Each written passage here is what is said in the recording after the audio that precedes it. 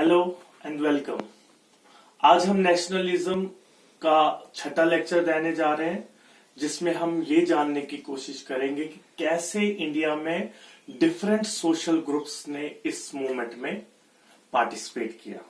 जैसा कि हमने लास्ट लेक्चर में लेक्चर 5 में हमने ये देखा था कि किस सिचुएशन में और क्यों जो है सिविल डिसोबीडियंस मूवमेंट शुरू हुई, और आज हम ये जानने की कोशिश करेंगे कि कैसे डिफरेंट सोशल ग्रुप्स ने इसमें पार्टिसिपेट किया।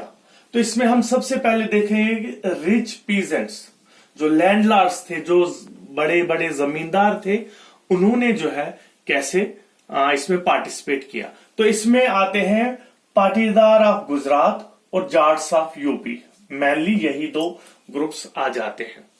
उन्होंने इस मूवमेंट में इस हिसाब से पार्टिसिपेट किया कि उन्होंने अपना रेवेन्यू, जो उनको टैक्सेस पे करने पड़ते थे ब्रिटिशर्स को, उनको देना जो है स्टॉप किया। तो इस तरीके से रिच पीजेंट्स की पार्टिसिपेशन इस मूवमेंट में हुई। जैसे कि मैंने आपको नॉन कॉपरेशन मूवमेंट में भी बताया था कि हर नॉन कॉपरेशन मूवमेंट जो थी उसमें क्या था कि हर सोशल ग्रुप्स के अपने एक इश्यूज थे, तो वो उन इश्यूज की बिना पर ब्रिटिशर्स के साथ जो है उन्होंने वो उनके खिलाफ मूवमेंट स्टार्ट की। वही ऑलमोस्ट यहां पर भी है। इनकी जो मेन डिमांड थी वो रेवेन्यू को बंद करना या फिर उनको कम करना था। इस हिसाब से रिच पीजेंट्स ने इस मूवमेंट में पार्टिसिपेट किया। वहीं पे अगर हम देखें पुअर फार्मर्स, उनका मेन जो मुद्दा था वो था रेंट, जो उनको इन रिच पीजेंट्स को पे करना पड़ता था। और उनकी मूवमेंट जो थी वो क्या थी, वो चाहते थे कि ये एबॉलिशन हो जाए, मीन्स इसको खत्म किया जाए, ये रेंट सिस्टम को खत्म किया जाए। क्योंकि एक तो ऑलरेडी जो है इकोनॉमिक डिप्रेशन चल रहा था, जिसकी वजह से उनकी फसलें की वो डिमांड वगैरह गिर गई थी। इनकी ये रेवेन्यू दे नहीं पा रहे थे, ये रेंट दे नहीं पा रहे थे, तो इनकी डिमांड जो थी वो इनके खिलाफ थी मेनली, कि इनके रेंट्स को खत्म किया जाए। लेकिन यहां पर हम ये कांग्रेस जो थी, इन्होंने इनकी इस डिमांड को ज्यादा ध्यान नहीं दिया। क्यों?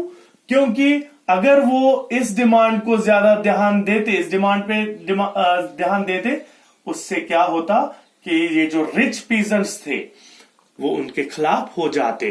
तो कांग्रेस जो थी वो इनको नाराज नहीं करना चाहती थी, जिसकी वजह से उन्होंने इनकी इस डिमांड पे ज्यादा ध्यान नहीं दिया। अब थर्ड ग्रुप जो सोशल ग्रुप था वो था बिजनेस क्लास।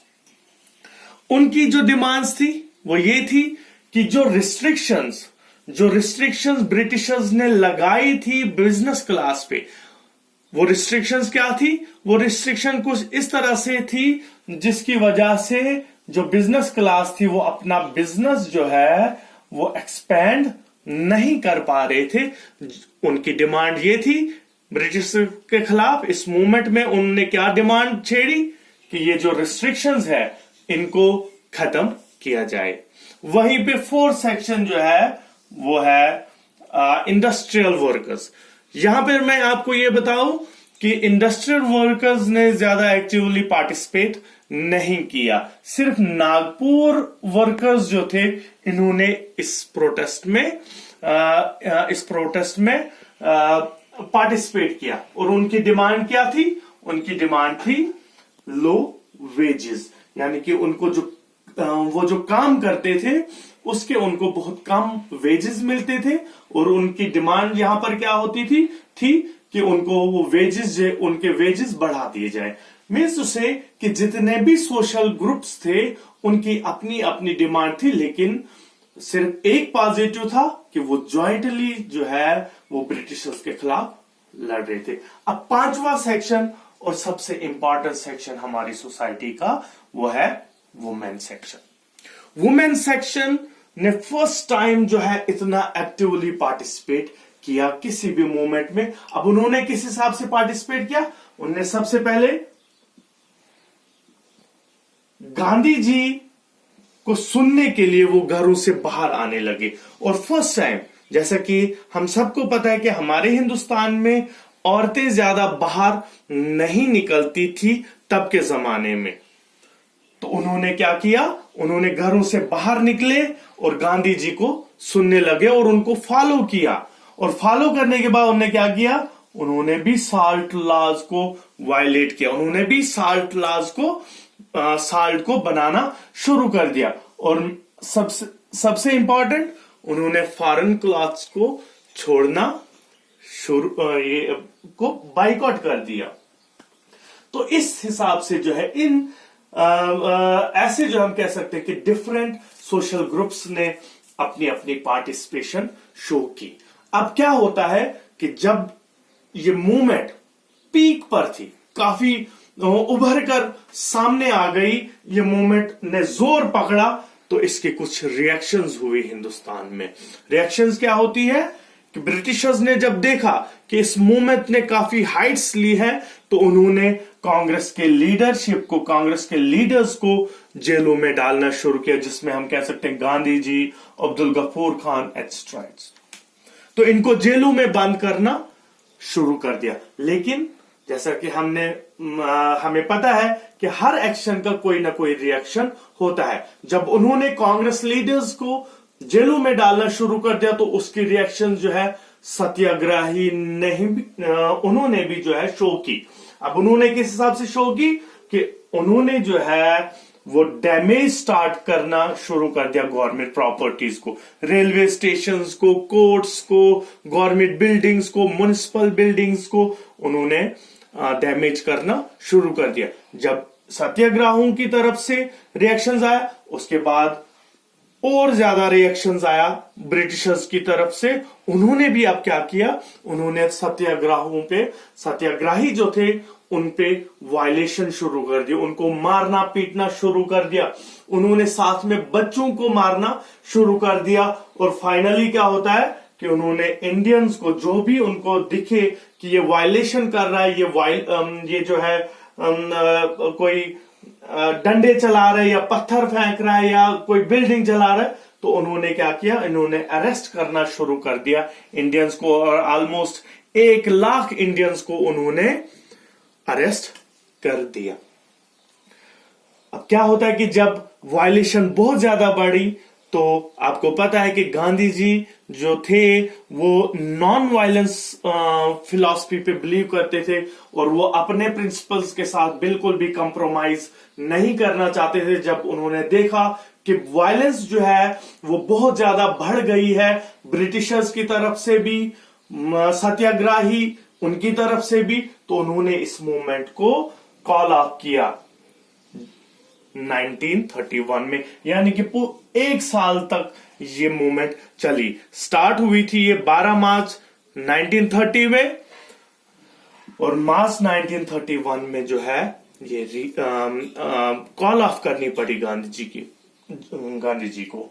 लेकिन 1932 में इस मूवमेंट को, सिविल डिसओबीडियंस मूवमेंट को फिर से रिलॉन्च किया जाता है। लेकिन 1934 तक जो ये मूवमेंट थी, ये अपना मोमेंटम खो देती है, लूज करती है, जिसकी वजह से ये कंप्लीटली कॉल ऑफ हो जाती है। अब ये मोमेंटम क्यों खोती है?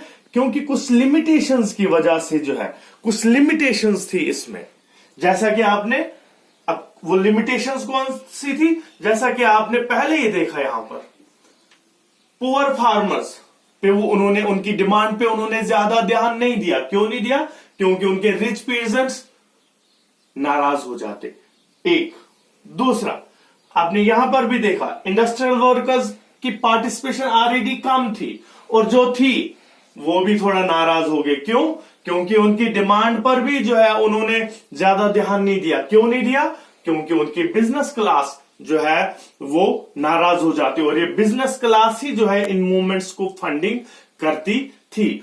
तो ये दोनों जो है, इन 2 रीजंस की वजह से ये थोड़ा सा लूज पड़ गई। और इंपॉर्टेंट जो है ये इसकी लिमिटेशन, जिसकी वजह से ये थोड़ा वीक पड़ गई, वो है लोअर क्लास।